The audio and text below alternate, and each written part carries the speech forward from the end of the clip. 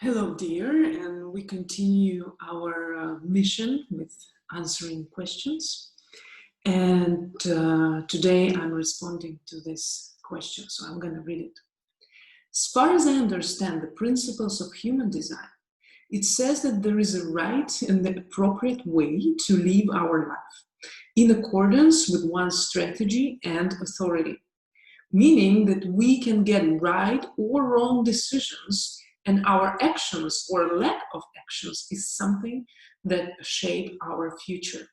It means that the choices we make should either take us to the better future or to one's self-realization, or an opposite. Wrong decision and wrong steps we take could cause a lot of troubles, frustration, and disappointments.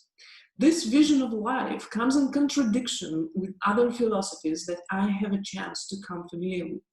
These philosophies take that everything in our life in predetermined actions, decisions, events, etc. And we only can choose how to react, to accept and go through this.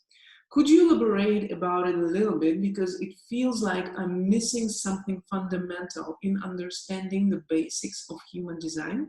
I hope I've made myself clear. Thanks in advance for answer. Well, as I see it, there is absolutely no contradiction whatsoever. And that's the beauty of the system and human design, because there you can find basically the foundation on which lays every known religion, every known traditional or non-traditional approach.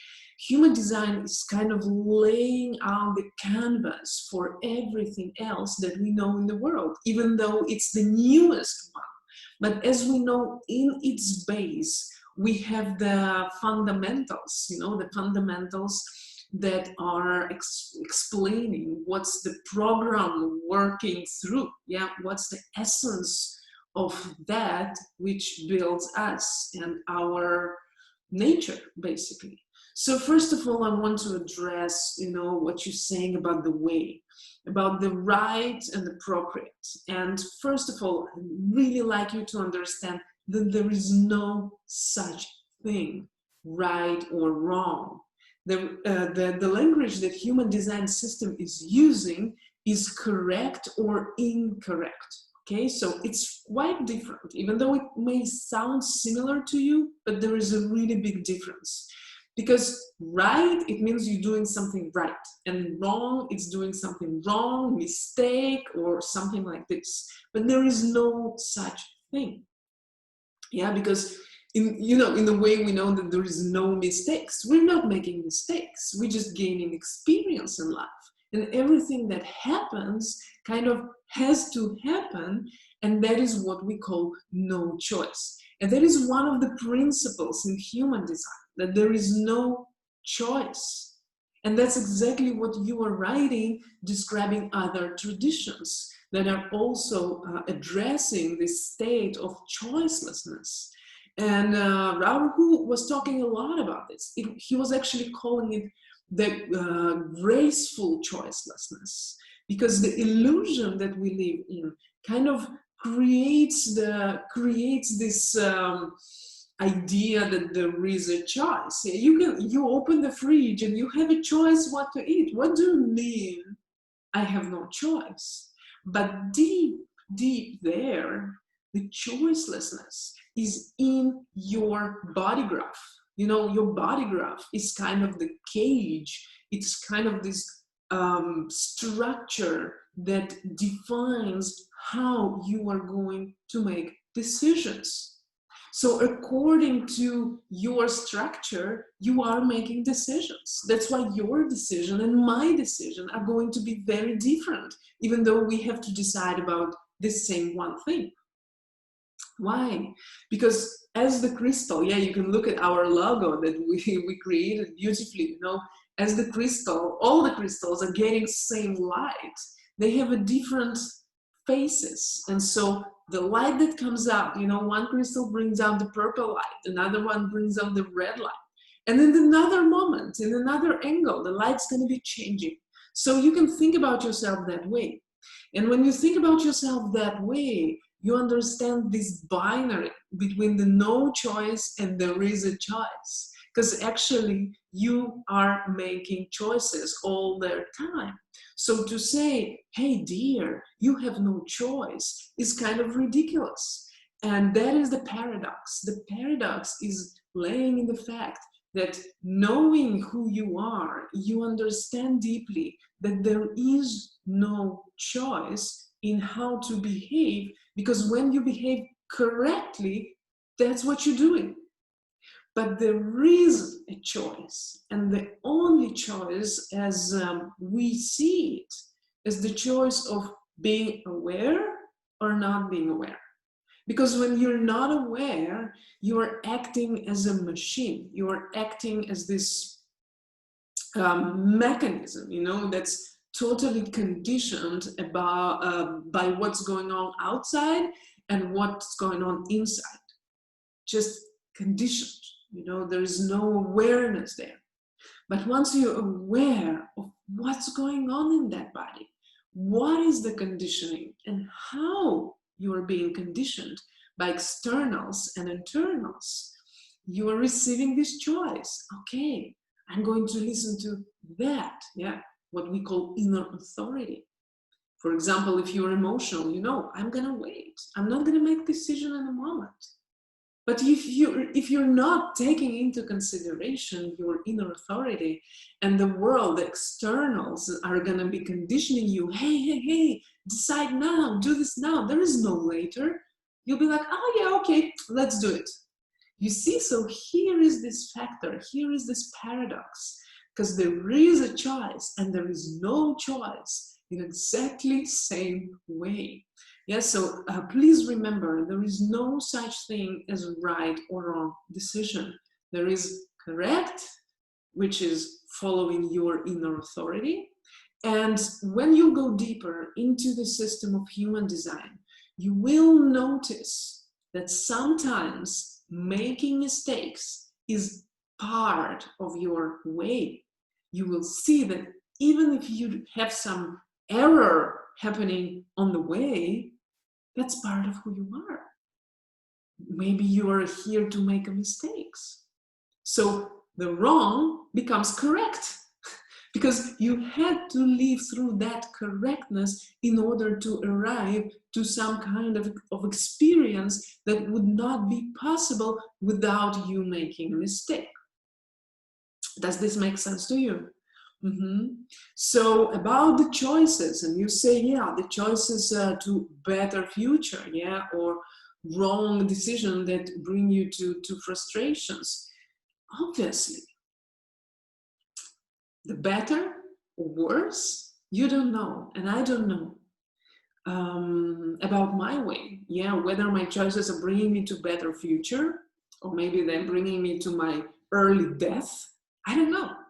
As long as I know that they are correct, that's all that is there. The other layers are beyond this human understanding, this human picture of what is wrong or what is right.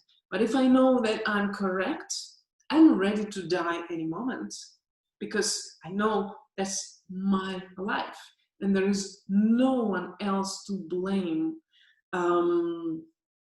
In the way everything is predetermined as long as you live your life. But if you step out of your uniqueness, and here I brought these 3 fundamentals of the human design system. There is no choice, you are unique, and love yourself.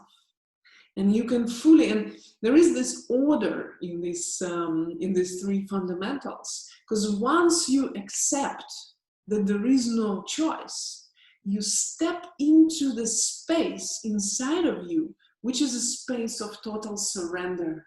You surrender to life. You don't fight life anymore. And that's where we want to arrive, in this space when everything that's coming is being accepted. And in this acceptance, you finding your uniqueness, where you are differentiated from the other, from the world. And how do you know that? You know that by slow deconditioning, yeah, seeing what is conditioning me and what is not. Knowing where I'm conditioned by my design and where I'm conditioned by external factors. That's how you find your uniqueness. And once surrendering to life and everything it brings, and knowing who you are, and knowing who you are is knowing your frequency. Even if you have tons of open centers or undefined centers, you know your frequency. And once you do, you have no choice by accepting yourself, loving yourself the way you are. And with that, just accepting everything that's coming. You say other religions are talking about the fact that everything is predetermined, yeah, and the only choice we have is how to react. But that's actually the basics of human design.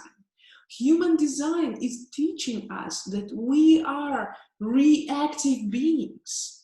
Usually the reaction is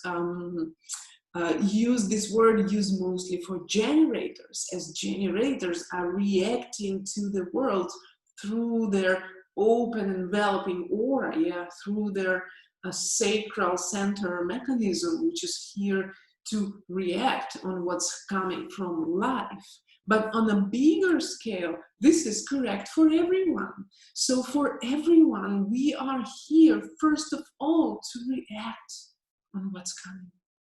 And the nature of reaction is different according to type, through definition, through profile, or other layers. But we start from that basics. So there is no contradiction whatsoever.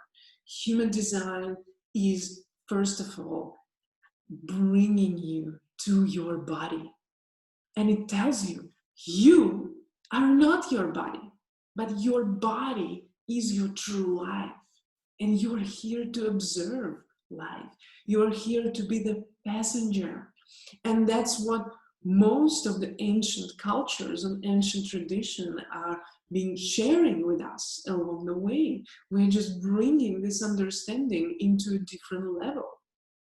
Yeah, so once you know that the life is the body and you are here to observe your body and its reactions on externals and its flows and moves that are happening inside.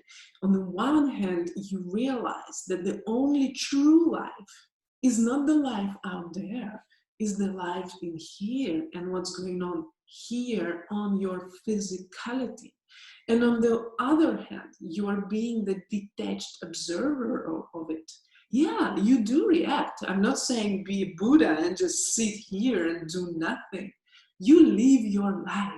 Yeah, you watch. You're watching a movie. You're not just participating in the movie. You're watching it. And that is the biggest mission, because most of us, yeah, and living beings here, living in a deep, deep dream. We're not waking up. We are inside the movie.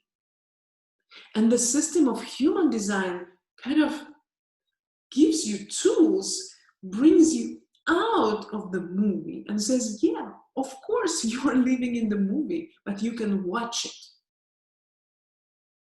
at the same time, yes, simultaneously. You're living it and you're watching it. And that's where you come into understanding that no choice is the no choice of the fact that you live in the movie. And the only choice you have is start watching it. That's the awareness. Not just being inside, but detaching from it, living it and watching it. And that's how your love to yourself grows and your perspective gets wider and you just enjoy the ride. I hope that was helpful. Please let me know if I can somehow help you more with that experiment. Thank you so much for being with me.